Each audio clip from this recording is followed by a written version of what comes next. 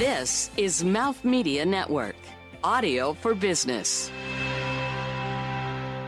They've had Emmy Award-winning, Tony Award-winning, and legendary celebrities and entertainers on their programs over the years. So when it's just them, it's just kinda sad. Not boo-hoo sad, ha-ha sad. This is Funny People Talking.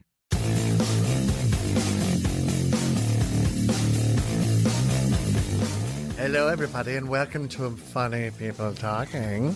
I'm Marc Rico. What? Are you?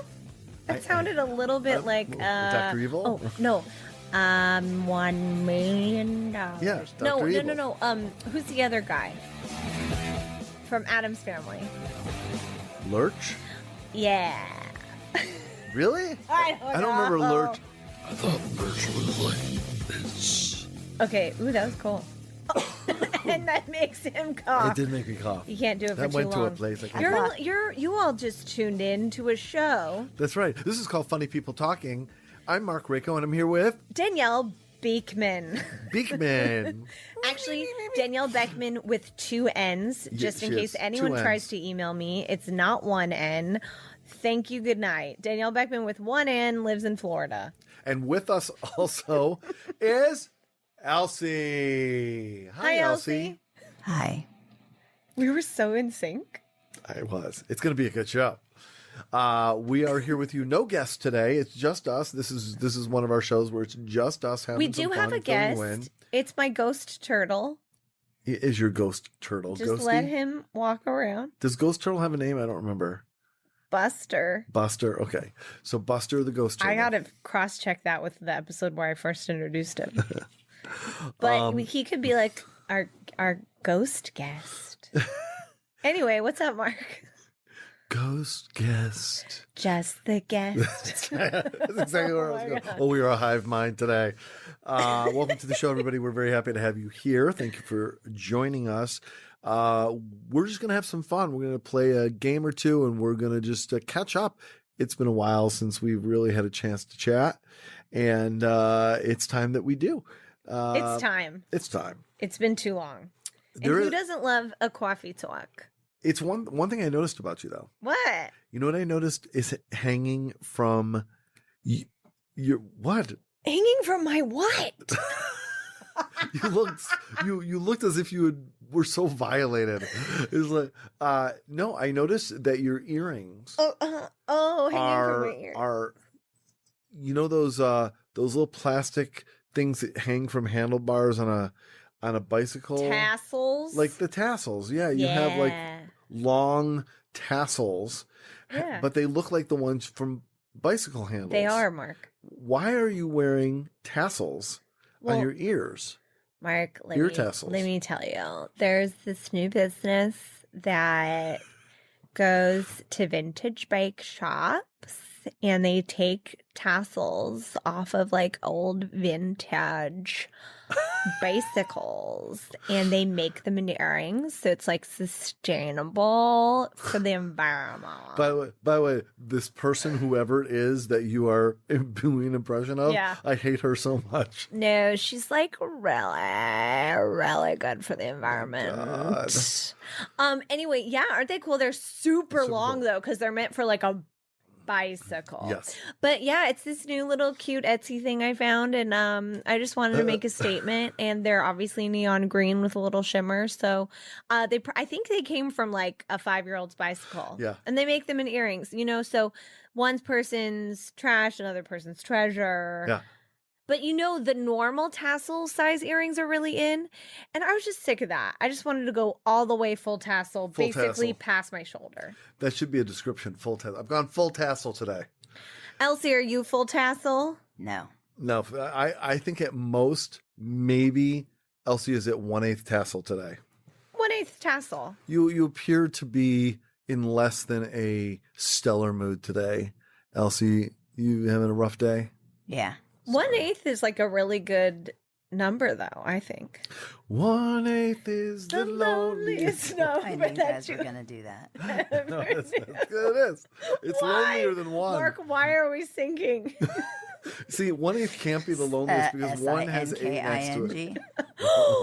Ouch. Pardon me? What did you say? She said. I can always play it back, She said SINKING. Singing? No, sinking instead Sinking. of SYNC. Oh. We're in sync, like SINK. Plummeting. You know, thank goodness that Elsie's adding all the energy into the show and keeping us afloat. So She's my foil. Just call her Reynolds. that's right. Uh-huh. I'm done. Okay. Well, thank you for that. Oh, thank you. We coming up, you will hear us just go nutso talking about Beetlejuice, Celebrity Autobiography, Ooh. Other things I might talk Bates about. Motel. Oh. And then the things that Danielle is going to bring up are Which is Schitt's Creek. Schitt's Creek, really? Oh, yeah, I have to talk about it. Okay. I did Okay. see on Instagram the other day you videotaping the screen. I am obsessed. I have not watched Schitt's Oh Creek. my god. No, Okay, we I got to think talk about this. I do think I would like it. I just haven't gotten to it yet. Okay. So, okay. Okay, I just convulsed. You did. Okay. Anything else you're going to bring will be up? things that we'll talk about. I don't know. It's a mystery. We'll see what happens. It could happen. All right. A quick nerd tip. Quick nerd tip. Here's the nerd tip. Oh, speaking of Kathy Searle, by the way, because Yeah, Kathy Searle. Kathy and you she sang does our the- jingle. sing the jingle. Just the tip, nerd tip. Did you hear her imitating you on the show? Yeah, it wasn't me at all. And guess what? She wasn't imitating me. It sounded You just- it sounded you like you to me. projected an imitation on her I did. that was of me, and it was not me. But it sounded like you. No, it didn't. It did. No, it didn't. No, it didn't. Oh, you didn't fight me. Oh my. Okay. She refuses I to was be that going broken invitation. record. She did not like the invitation and refused to be it. Well, she sounded more like this girl who talks like this. And I don't speak like that. I speak on voice. Ha, ha, ma, ma, ma. I am an actor.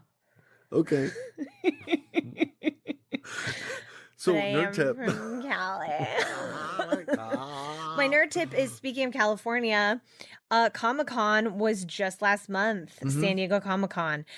As some of you might know, the second week in October is Comic-Con here in New York City.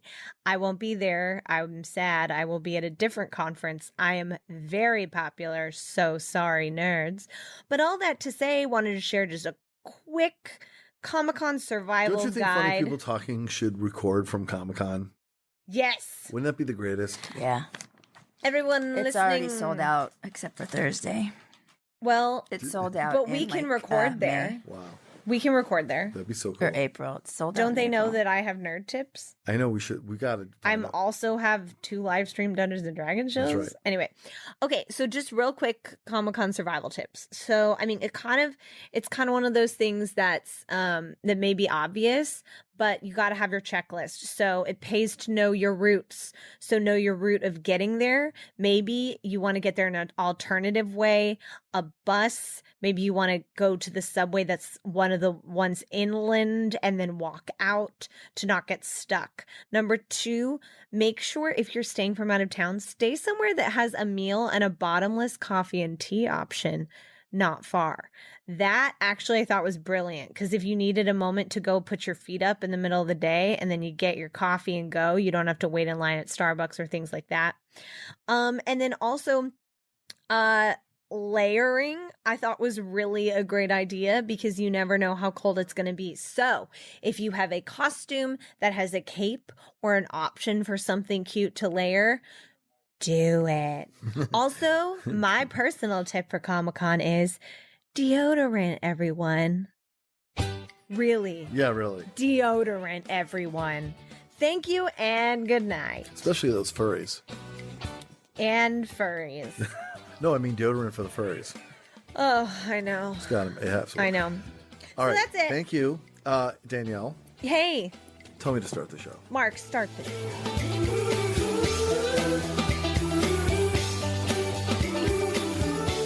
From the Mouth Media Network studios in New York City, and from the same people who brought you Monkey Radio with Marc, this is Funny People Talking with Marc Rako, Danielle Beckman, and Elsie.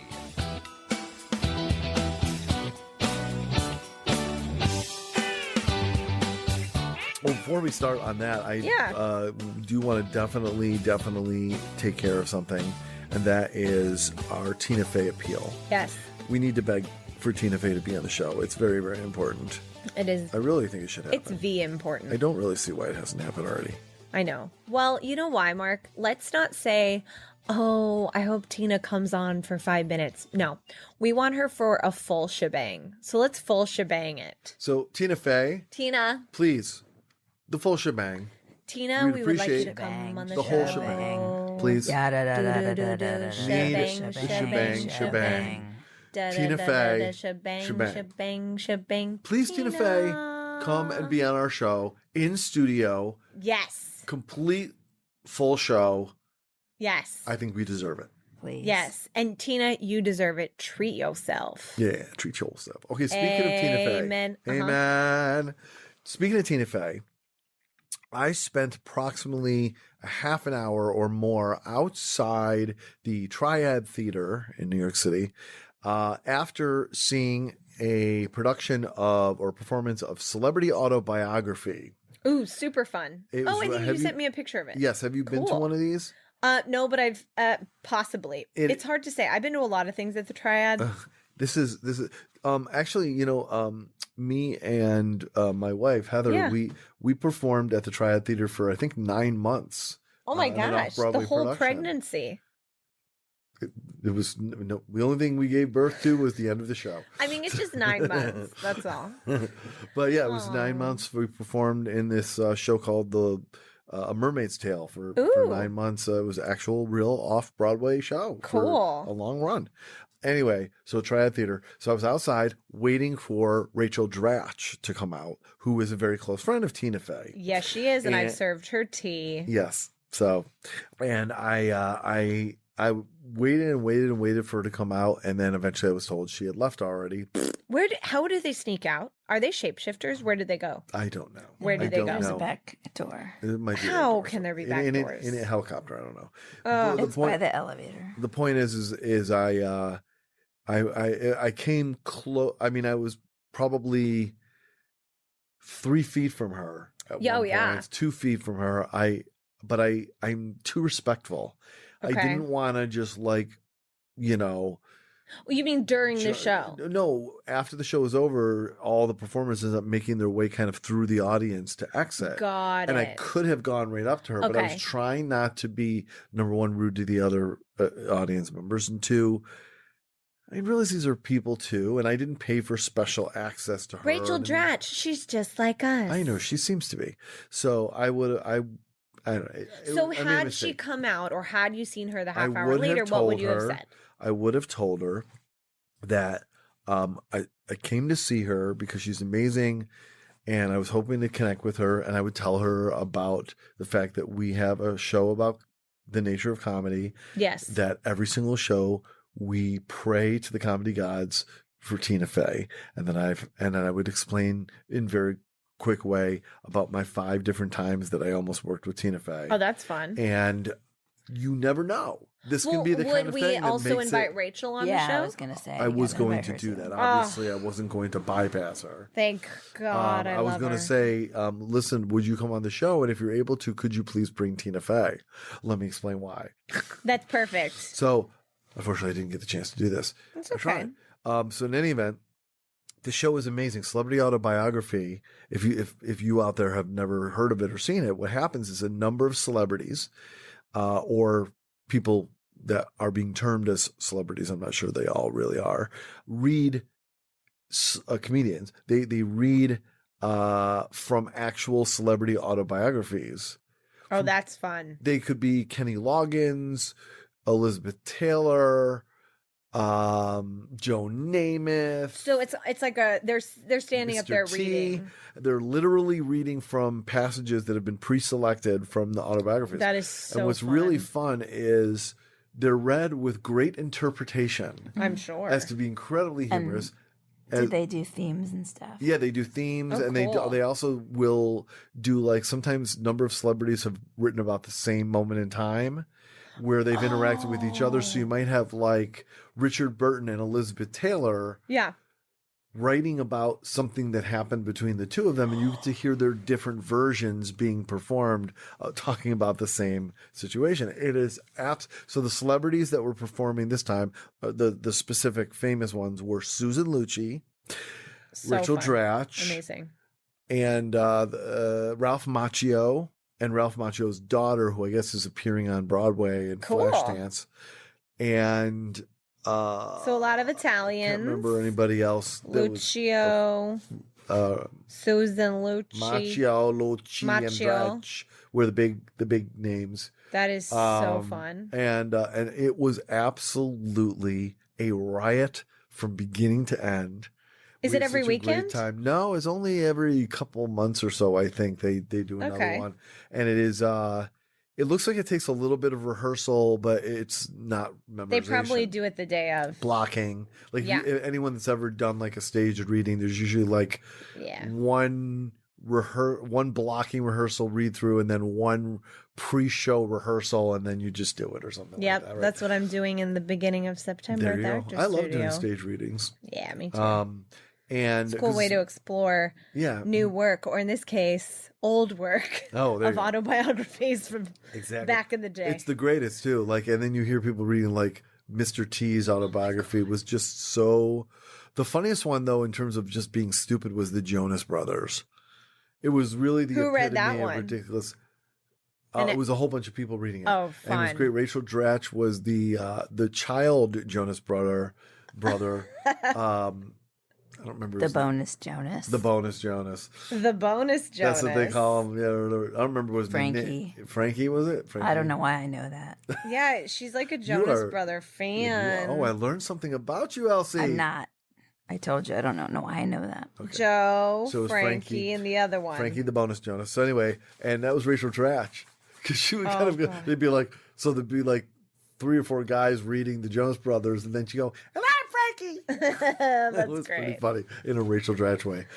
So that was, if you're in New York and you get a chance to see Celebrity Autobiography, I highly endorse it. It was such a fun time. That's awesome. Another thing that we saw, by the way, if we're talking about seeing plays, we saw Beetlejuice. Okay, was it great? Because at the Tonys, I got to see an excerpt. Was fabulous. Oh my gosh. It was so funny. And I will admit, I kind of went a little kicking and screaming on this one, as I also did with Hamilton. Whoa. Before it was a thing, because we got to see it pretty early. Did you see it at the Public? Or something? Or in Broadway? We saw it on Broadway, but we saw it early, and it's run like at previews or God, you did with the original cast? Yeah, with the original cast, and it was just absolutely incredibly just jaw-dropping amazing. Jaw-dropping. But I had no desire to go. I was I wasn't dragged. I was invited by my then girlfriend, I guess, at the time, as opposed to fiance. This is a good sign, though, Mark. Anytime you're begrudgingly going to something, you know it's going to be like the hit of the century. So, and I will tell you, this was great. It was absolutely just brilliantly performed. The guy who plays Beetlejuice is he's unbelievable, and the girl who plays Lydia is also crazy good. Amazing. Yeah. And the choreography is great. The production value is astonishing. It is absolutely rivetingly butt-gusting hilarious from beginning to end. And what is butt-gusting? Did I say butt-gusting? Did I say that? It is. It's butt-gusting. What happens is that just makes it sound like you're farting a lot. Butt-gusting. It's such a gas. It's butt-gusting. Because the gusts, you see. Our newest sponsor, Buttgusting. Pick it up today with end of show food. I know, maybe we should have the gut busting. That is definitely the title of this episode. Yes, it is. Do you think Michael Keaton would approve of the production? Do you think he's seen it? He must have. I imagine he must have. But it was funny because it was, in a way, an homage, and at the same time, it was its own interpretation. And that's when I know. I only saw one number at the Tonys, but that's what I gleaned, and I really liked that. being a spoiler of any Yeah. type, one of the things watching the Tonys that I think probably most people did if they've not seen the show was listening to him do that voice and going, my how God. possibly can this man maintain this voice Yeah. for 8 shows a week after week? It's got to destroy. It's not maintainable. And there was a little Easter egg of that he said in. He does say it in the show. He says it in the show too. He says it in the show, which he's like, yes, I do this voice 8 days a week or whatever. Yeah. 8 shows a week or whatever. And there must be because I remember I did Oliver years ago, and I was Fagin. I was a Fagin boy. Yeah, me when too, I was in Fagin's gang. I was in the gang. I was A wallet fact. An old man's hat. You got to pick a pocket or two. Yes. So I was Fagin, you see. Yeah, you were. And I had his voice like this, you see. How'd you do it? Oh, no, he damaged me voice, you see. Oh no, it did. Yeah, so it was like, so what happened was, by the end of the run wasn't that long. It was probably like 10 shows or something. Yeah, mine was like 10 shows or 12. And by the end, I lost my voice. Completely lost my voice. We had 2 shows one day, and in between the shows, I had complete vocal rest, and I was able to get it done, but it was very, very tough because I did not know how to properly manage. I had made a decision on the character, not thinking about what the impact on my voice would be. Yeah. And even now, just doing it for that short period of time, I can feel it strained my vocal cords. And so, how does his name's Alex, right? Maybe, yeah. I think. How does he do it? There must be a way that he's found to do it that doesn't strain the vocal cords. The same way that, you can sing and it's more forced than if you do it from your diaphragm and it uses your vocal cords differently. Yeah. So there's got to be a way. For sure. Anyway, impressive show, that Beetlejuice. That is so awesome. I'm literally. Oh, his name is Alec. Never mind. I was very close. And that girl that plays Lydia, I think that she, like, if someone said, guess what she was before this role, I'd say she was in some sort of band. She was like in a punk band or something touring, and someone discovered her and grabbed her and pulled her in to do this role. That's what I would have said because she had that vibe. That makes sense. Yeah, that makes sense. She could have been in the Addams Family. I stand corrected. His name is Alex with an X. Well, see, I'm glad we got that cleared up. I know that our listeners were on the edge of their seat about that, but we got that cleared up. Thank you. You're so welcome. So, all right, enough about the things that I have seen. Well, I think this is a great little segment we're doing on things that we're watching and enjoying and that I know are where funny. This is going. Because I have to say, I know I already spoiled it a little bit, but I have been binge watching none other than Schitt's Creek.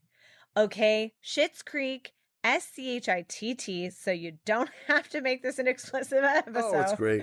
It's fine.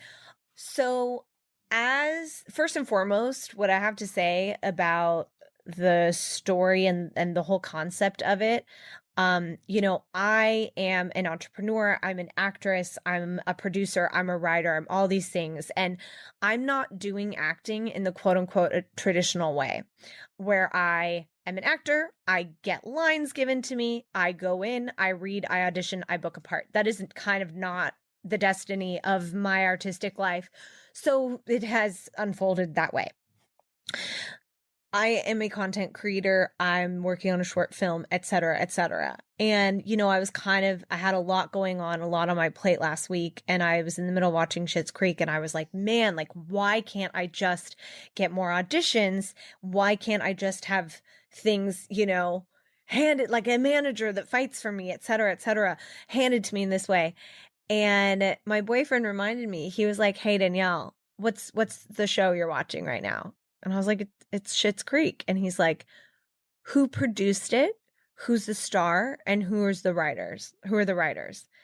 And I said, Eugene Levy, his son, Daniel, and also his daughter is also on it.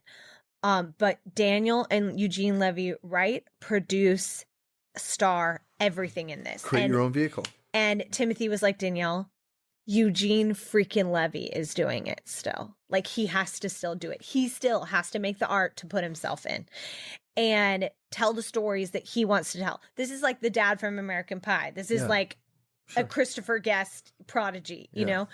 And then, and the magic that he and Catherine O'Hara make on that show is just incomparable. It blows my mind. So the comedy is so wonderful, and it resonates. It resonates with a lot of people. And finally, they got some Emmy nominations this year of their 5th season. That's another thing.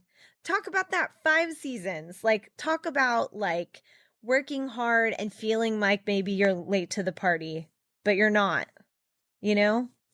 No, I do get that, actually. And first of all, you've totally sold me. I'm all into checking out this Schitt's Creek. You're gonna love it. I am.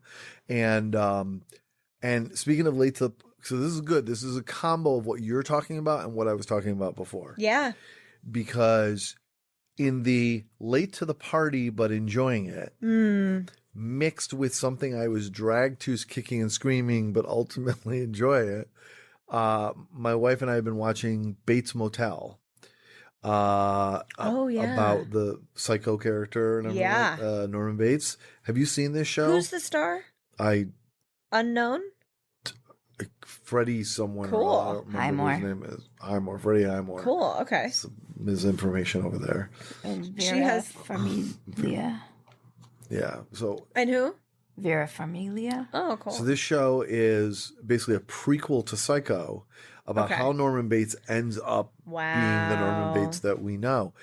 And I must tell you, not only is it pretty damn entertaining, but I was just remarking to my wife the other day, I was like, I'm really impressed at how they've carved out this entire universe and set of stories out of nowhere and created a whole canon of a universe here that makes perfect sense and aligns so well and tells you exactly and go, oh, well, that makes perfect sense exactly why Norman Bates ended up the way that he is. It all fits together perfectly. It's almost like the roadmap is they said, okay, we end up here and now what if, and let's work backwards. Yeah. And that's really cool. So I recommend this show. There's 5 seasons. But is it scary? Is it suspenseful? Is it horror? Is it? Because I'm scared. In my opinion, I don't think this is a classic scary thing where it's like someone's around the corner and it's not. Is it mystery? It's mystery meets cop intrigue show. Meets what? Cop show. Cop show. I've seen it already. Is it? I don't see it as a cop show, but I guess maybe. Well, it's the element of tracking down, it's like a psychological thriller. It's kind of SVU meets.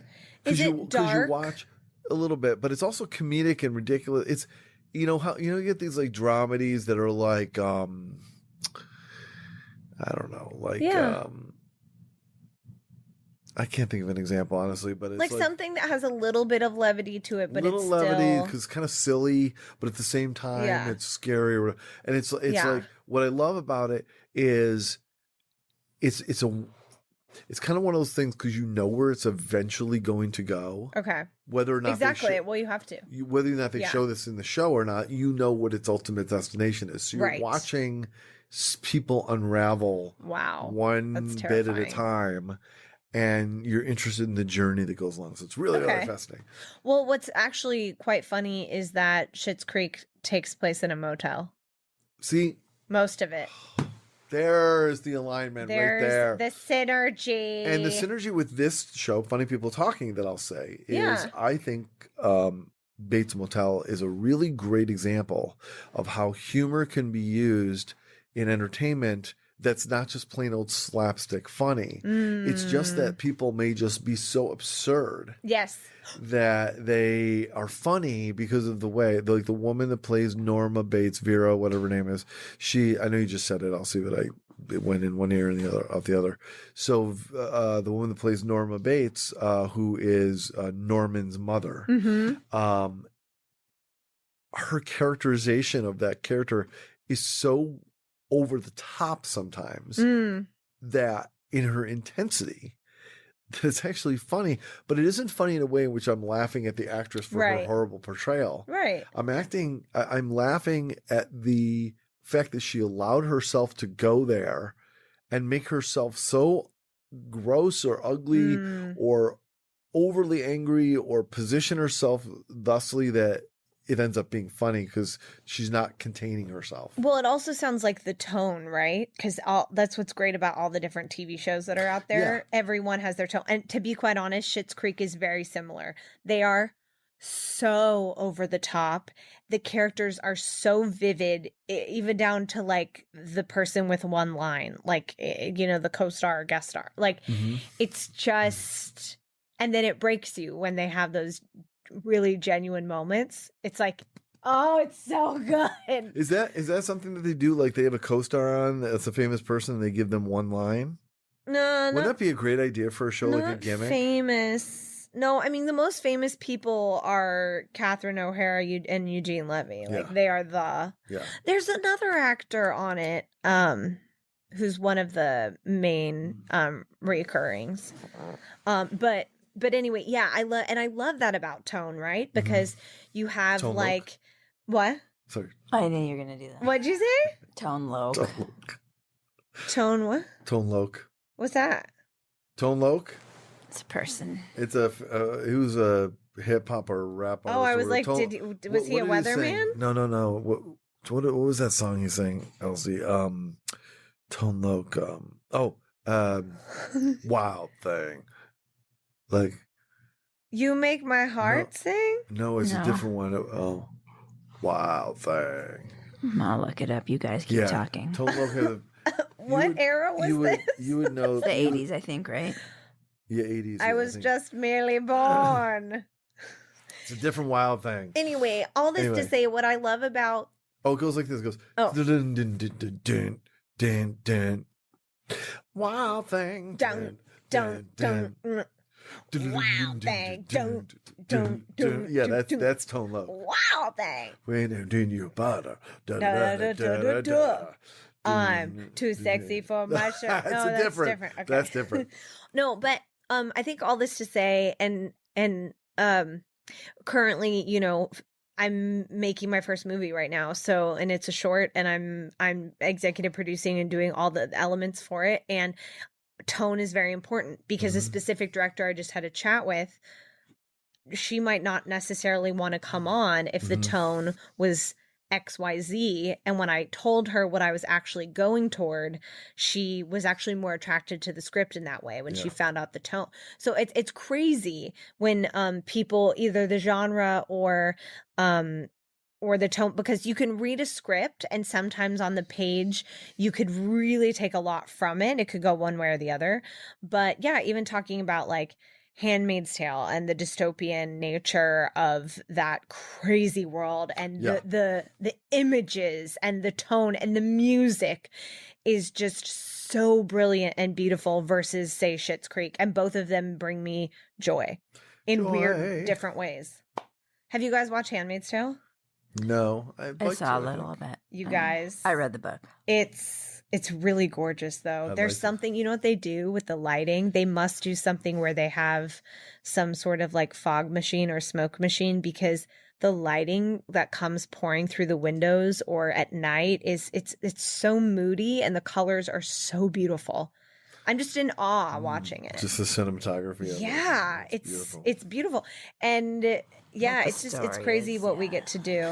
Want to hear our connection with Handmaid's Tale? Sure. It's not really a connection, but it's 6 degrees of separation. Yes. So of course, Funny People Talking is a reboot of Monkey Radio with Marc. One of the hosts of Monkey Radio with Marc was Ben. Mm-hmm. Yeah. Ben's childhood friend was Elizabeth Moss. In fact, we watched a video of him and Elizabeth Moss that they had done together. What kind of video? It was before she was. I think it was after she was on, or around the time that she was on The West Wing. Okay. It was a comedy, like. Oh, cute! Like a little sketch. It was almost like sketch stuff, like cops, like. Oh, funny! Like not Cops like the show Cops, but like farcical kind of Reno 911. Yeah, maybe like that kind of thing. Yeah. So that is anyway, super fun. Anyway, so are they that's still our connection. friends? I don't know. I haven't talked to Ben in a while, so yeah. So I don't know. All right. Let's take a quick break. When we come back, it is absolutely time for an improv game. Yes, it and is. Then we'll have some end of show food. How's that sound? Sounds great. All right, right back after this.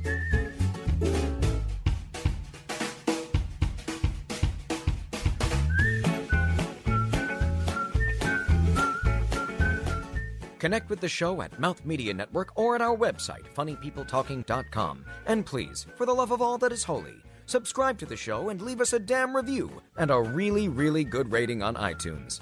Pretty please? Thank you.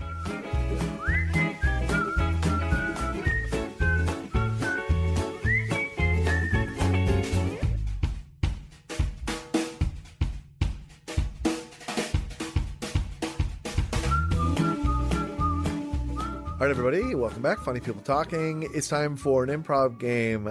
During the break, we've gone around the room and made a decision that our improv game will be Mish Mosh Mix. I'm buttgusting.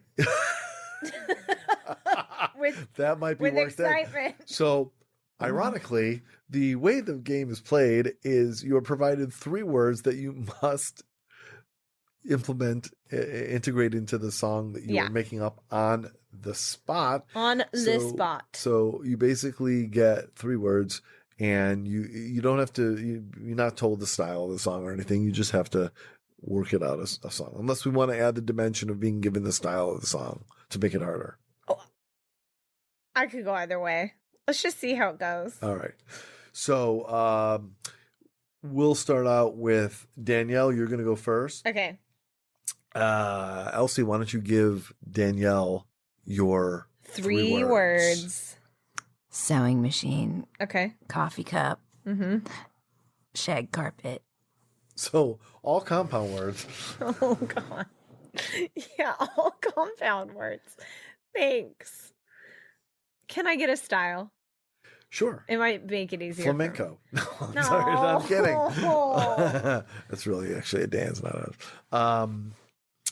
Yes. How about a child programming theme song? Okay. We're learning things. We're learning what to do. We're learning things about me and you. What are we learning today? Hey, our lesson today is how to sew a dress with a sewing machine and forget the rest.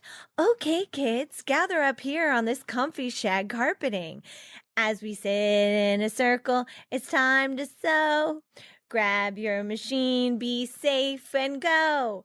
Make sure to have a buddy when you play, and make sure your parents have had their coffee in their coffee cup today, or they'll be grumpy. Time to sew, time to go. Sewing machine, keep it safe and slow. Everyone gather up on the shag carpeting and let's play. Perfect.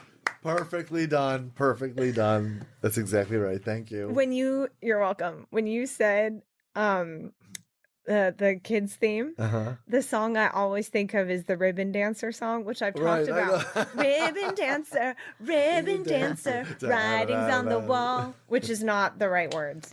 I was sure you're going to say having hot cocoa in a coffee mug.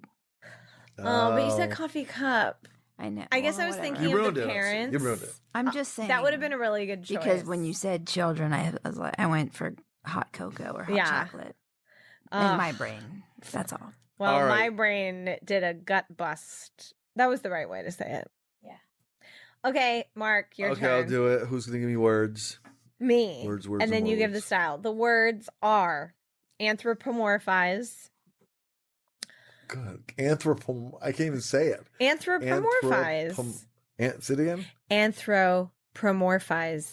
Anthropomorphize. What does it even mean? It means to imbue an inanimate object with human-like qualities. Or so qualities having a pet rock of being alive.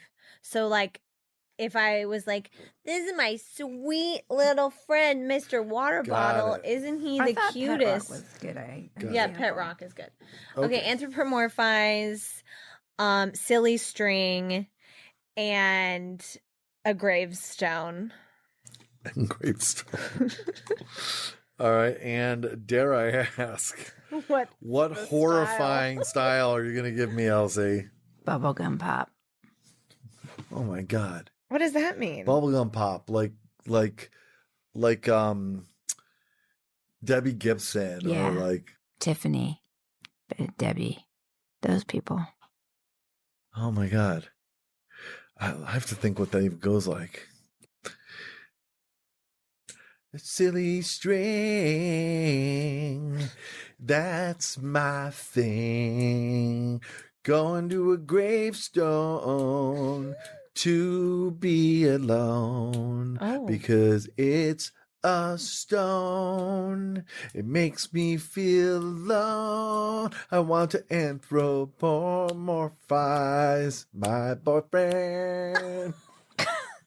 Because he is not really my friend at all.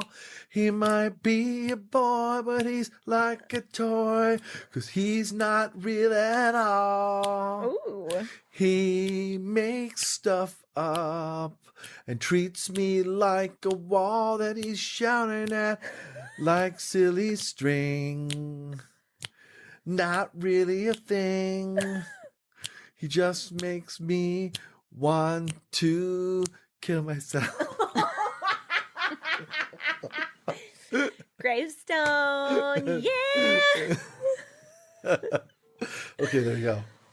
Oh my God, I love that your boyfriend is the one being anthropomorphized because he is a human, but then you said he's like a toy. It works so well. Thank you. That was deep. Okay, one more person. It's Elsie. That's Elsie. Okay, my words Give her the words. Chainsaw. Oh, compound word. No, it's really one word. Okay. Smarty pants. Silly string was. So smarty pants. So since I said it, I might as well use it. Chainsaw, smarty pants, and penguin. In the style of the Macarena. So you can just do it to the tune of Macarena if you want. Hey there, penguin, where you going with that chainsaw? Hey there, penguin, where you going with that chainsaw? I don't know, because there's not so many reasons to have a chainsaw in the snow. You live in the snow. Hey there, penguin, where you going with that chainsaw? What's my third word? I don't know. I'm just gonna keep singing Smarty pants. Oh, yeah, you think you're such a smarty pants because you reminded me. I was so involved with my penguin with a chainsaw song. That was much more like someone who. Well, I gave her the Macarena. That was a bad choice, but it was funny. Yeah, it's funny. That was more like a poetry slam to me a little bit. That's kind of what Macarena is. It was a good is. song. It was good. It was perfect. It rhymed. Macarena. Okay. I had all the words. All right. Thanks a lot, everybody. Let's finish this beautiful episode off with a little bit of end of show food.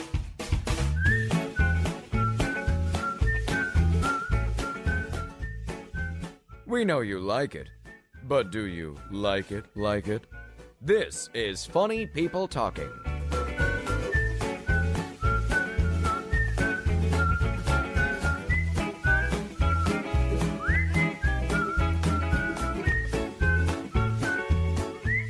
End of show food. All right.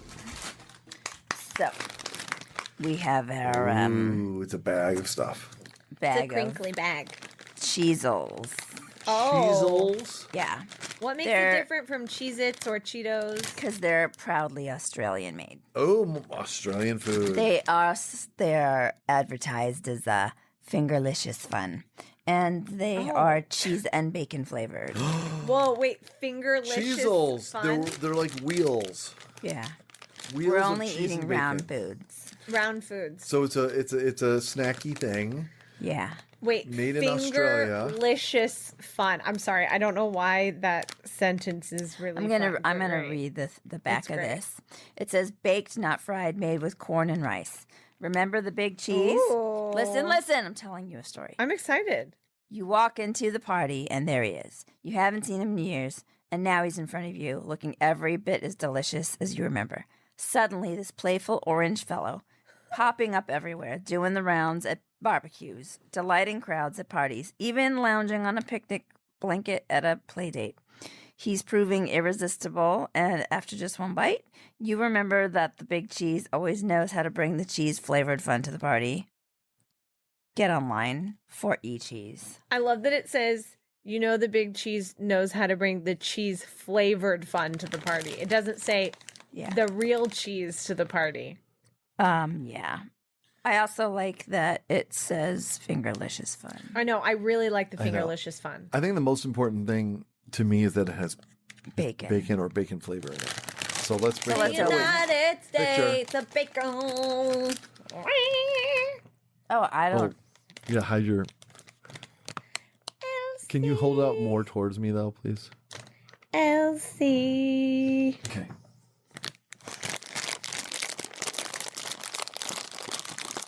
Oh, it smells. I know this smell. You know the smell? Okay. Oh, God. Oh, they look like calamari. They do. They look like calamari. Whoa. I am immediately getting the bacon. Okay. Oh my Can I gosh. say my first impression of the smell? I know what it is. Like, let's say it at the same time. One, two, three. Dog treat. food. Oh, yeah. Dog treat. It smells like dog. I almost said It smells like dog. sausages. Sausages. Okay, All right, here 1, we 2, 3, go. Oh, my God. It's so good. They are good. This is better than dog food. Oh, my God. They're good. Okay. Oh, I could eat these Guys, all day. I am such a sucker for Cheetos or anything like cheeses.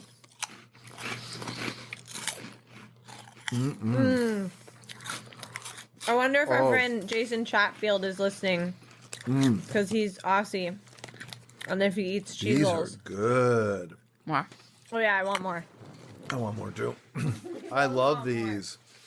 Hey, let's rate them now. Okay, let's rate them now. Okay, ready? Right? I'm going to give it 1, 2, 2, 3. 1,000 and 100 out of 1,000. 100. Did you say 300 out of 100? No, I said 100 out of 100. 72 out of 72. Oh, my God, perfect all score. around. Like the fastest perfect score I've ever had. These are so great. Oh, my God. This is so good. Seriously, this looks like. I'm trying to think what it looks like, honestly. Well, let's give the recap. It looks like a calamari ring. It smells like dog treats, but it tastes And it's amazing. orange. If a calamari was made And out it's of orange. Cheetos and tasted like perfection, But smell like dog treats. That's a cheesel. Okay. Fingerlicious fun. let's tag them on that description and see how they feel about it. No, but like cheesels, we love you. Oh my God. Oh my wow. God. Oh no, this is bad. Now we all have to fly. Oh, I just realized that I can ask Timothy's sister to bring these with her on the plane. I'm sure they're orderable. Yeah, but no. No, not like real cheesels. Right? Well, all I can say is Let's see. somehow they made them here from Australia somehow. Yeah, but you were just there, Mark. No. That's what I'm saying. Okay. Well, Elsie, thank What? you so much for choosing these for this particular end of show food. They were yummify wonderful. They were so good. Okay, you can get a box of cheesels. I'm online looking right now. She may have ordered them before Wait, she but leaves hold the on. studio. These ones are specifically the bacon. Right. Yeah, so They have other kinds. that's it. Yeah, they have different kinds. I'm sure So they have sour cream and onion, right? yeah, they have original. They have cheesy cheese. Oh, Well- and guess what? There's a penguin on the front. Is it really? Yeah. Huh. And that was your word. But you can get a box of 110 grams, which I don't know what that means in It America. means heart attack. But it's only $40. Well, 40 well spent dollars is what I have to say. Wow, everyone. Thank you so much, Elsie. That was really delicious. I love them so much. Wow. That's it for this show, everybody. I hope you had a good time. We had fun sharing some things with you and Yeah. playing a little game and eating our cheezels. So I'm going to end the show now so we can have more cheezels. All right. All right. But thank you very much for listening, everybody. We really do appreciate it so very much. We'll be back very soon with a brand new guest. Until then, for our very good friend and incredible producer, Elsie. Thanks. You're welcome. And for our very good friend and tremendous host, Danielle. Bye. Actually, I'm going to say bye.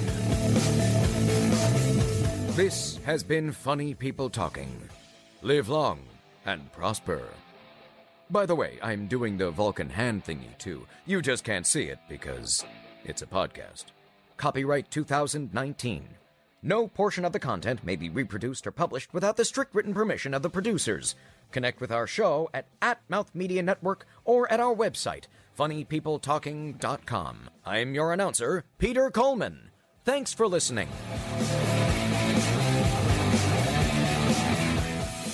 This is Mouth Media Network, audio for business.